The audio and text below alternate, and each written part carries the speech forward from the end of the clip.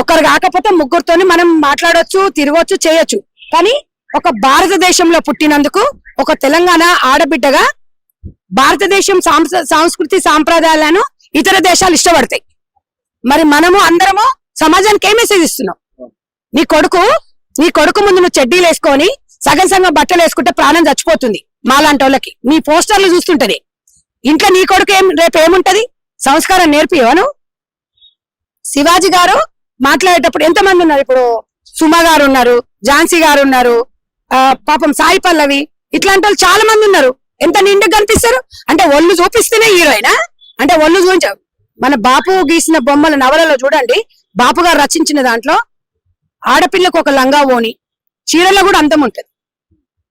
వెనకటికి అంటే మొత్తం ఒళ్ళు చూపిస్తేనే సినిమాలు ఆడినాయా? మంచి మంచి సినిమాలు, మూగ మనసులు, గోరెంటాకు, ఎంత సాంప్రదాయంగా ఉన్నారు. ఏం ఏం ఏం స్వేచ్ఛ ఏంది? బట్టలు ఇప్పుకోవడం స్వేచ్ఛనా? మీకు ఇష్టమైనట్టు బతకండి, దాంట్లో ఎవరు వద్దన్నారు. బట్టలు ఇప్పుకుంటే స్వేచ్ఛ అంటే గజకు కొత్త సమానం అంటారు.